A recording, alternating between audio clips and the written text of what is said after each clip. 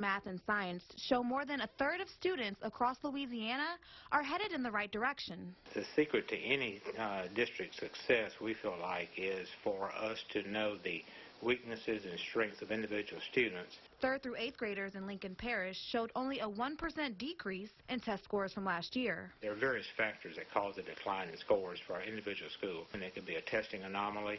It could be a group of kids that have more economically disadvantaged. Shudron High School decreased by 10%. Superintendent Milstead says there's no sole reason for the drop. Different kids are at different places along the spectrum of student growth and academic ability.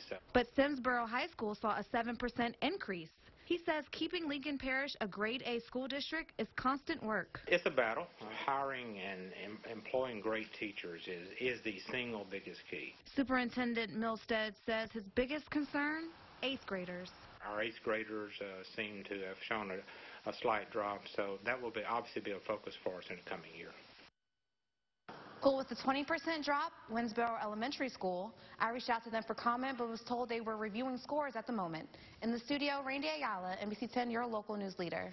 Thanks a lot, Randy. Monroe police have captured a suspected rapist. Julius Cooter Brown is in the Washita Correctional Center. Police arrested him last night.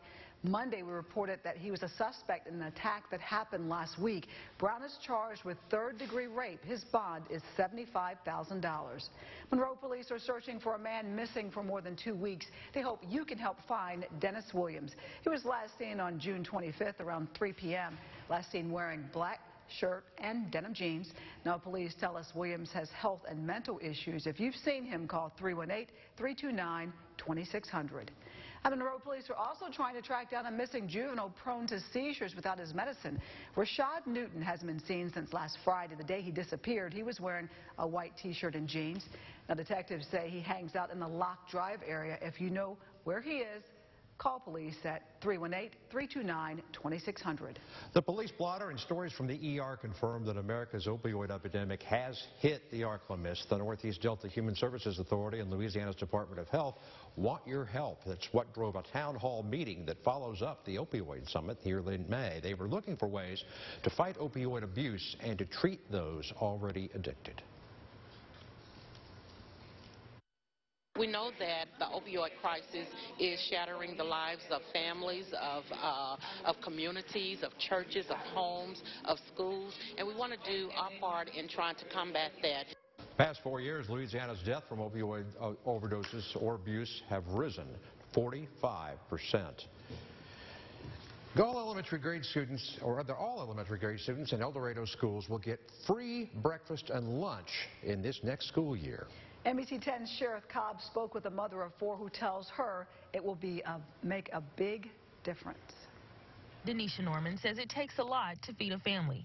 She has 4 kids at home, and grocery bills can be a big one. I have 3 boys and a girl. But a recent decision by El Dorado schools will likely help parents like Denisha. In the fall, all students kindergarten through 6 will get a free breakfast and lunch. With having 4 or more in the school, well, even a 2 or 3, and that will help a whole lot. It's called the Community Eligibility Program, and the district says the cost is minimal. Every school in the state, whenever you have students that eat, you get reimbursed from federal government for each meal.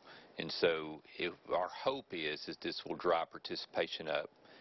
More people will eat, and so we get more reimbursement from federal government that will help offset the cost of the program. And most importantly, they will be able to focus more attention in the classroom. Studies show if you're hungry, it's difficult to concentrate. Meals are important to kids, and it's something that they want, and they function a lot better and they perform better whenever they have food in their system and they have nutrients to provide energy, and they're able to pay attention. Which is something that Norman says she really appreciates about the school district. She says decisions like this show they are putting their children first and doing all they can to help them succeed. Sheriff Cobbs, NBC 10, your local news leader.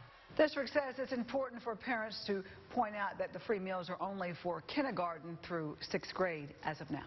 Grades 7 through 12 will still have to fill out paperwork if folks want to receive free or reduced price meals. Leaders from all across Grambling State University kicked off their Bring It Home campaign today. Their goal to beat last year's whopping $1.2 million raised. The money goes toward new scholarships and grants to help students and faculty. Last year, they were able to give out $500,000. Grambling President Rick Gallo Grambling's mayor, Edward Jones, along with Super Bowl MVP Doug Williams, all came together to help celebrate the university's success. It's all about the students, and being able to kick off this campaign that will give the opportunity to directly impact the lives of our students is what it's all about. It's giving students the opportunity and access to a quality education here at Grambling State University. Now, for information on how you can get involved, visit gram.edu/giving. Drawing tourists and dollars is always easier if you have more than one stop. Louisiana Governor Billy Nungesser, Louisiana's de facto tourism ambassador, sees the latest Duck Dynasty spinoff as just such a magnet for our end of the state. Duck Commander, the tour promises more than artifacts from the reality series. You can go on a virtual duck hunt and check recreations of familiar backdrops for the Robertson family's adventures. This place has already been an attraction that has really put North Louisiana on the map. It's just going to add to that ability